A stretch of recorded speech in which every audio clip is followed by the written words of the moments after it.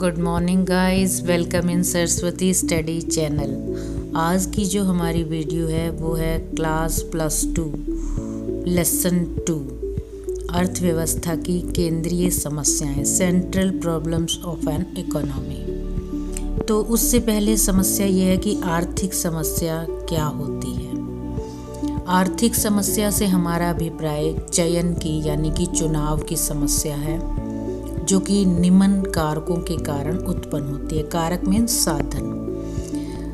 पहला है संसाधन। संसाधन यानी कि जो साधन जब हम उसका प्रयोग करते हैं तो उसको हम संसाधन कहते हैं, जो कि सीमित मात्रा में होते हैं। तो प्रत्येक अर्थव्यवस्था को ये चुनाव करना पड़ता है कि जो अर्थव्यवस्था के साधन हैं, जैसे कि भूमि है, पूंजी है, श्रम है, इनका किस तरह से कुशलतापूर्वक प्रयोग किया जाए, क्योंकि ये सीमित मात्रा में होते हैं। उसके बाद सेकंड है मानवीय इच्छाएं असीमित हैं। ये भी पता है कि मनुष्य की जो आवश्यकताएं हैं, इच्छाएं हैं, वो असीमित, मतलब उनकी कोई सीमा नहीं होती। एक इच्छा पूरी होती है, उसके साथ ही दूसरी इच्छा पैदा हो जाती है।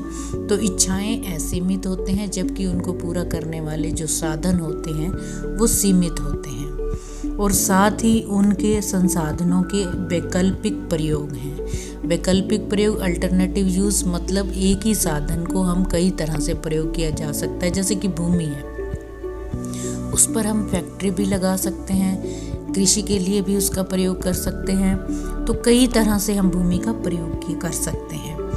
उसके बाद है दुर्लभता, क्योंकि साधन सीमित होते हैं और साथ ही दुर्लभ भी होते हैं। दुर्लभता से हमारा अभिप्राय उस स्थिति से है जब संसाधन उसकी मांग से कम मात्रा में उपलब्ध होते हैं। जैसे कि पेट्रोल की मांग है, उसकी उपलब्धता से अधिक है, तो पेट्रोल एक तरह से दुर्लभ संसाधन है। तो अब हम डिस्कस करेंगे कि अर्थव्यवस्था की केंद्रीय समस्याएं क्या होती हैं। केंद्रीय समस्याएं यानी कि मुख्य समस्याएं।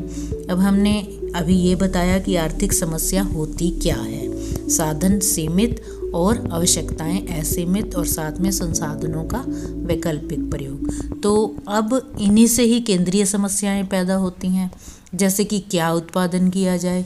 प्रत्येक अर्थव्यवस्था के सामने ये समस्या होती है कि वो अपने देश में क्या उत्पादन करें, समस्या किस वस्तु का उत्पादन किया जाए और साथ ही कितनी मात्रा में किया जाए, इससे संबंधित होती है।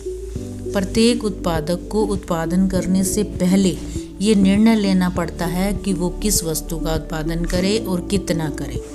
और ये जो समस्या है तब और ज़्यादा बड़ी हो जाती है जब एक उत्पादक को ये भी निर्णय लेना पड़ता है कि वो उपभोक्ता वस्तु बनाए या फिर पूंजीगत वस्तुओं का। क्योंकि जो उपभोक्ता वस्तुएं और पूंजीगत वस्तुएं जरूरी तो दोनों ही हैं, लेकिन जो उपभोक्ता वस्तुएं वो जीवन स्तर को सुधारने में सहायता करती हैं, जबकि जो पूंजीगत वस्तुएं होती हैं वो उत्पादन की क्षमता को बढ़ाने में सहायता करती हैं। तो ये समस्या पैदा होती है कि उपभोक्ता वस्तुओं का उत्पादन किया जाए या फिर पूंजीगत वस्तुओं का।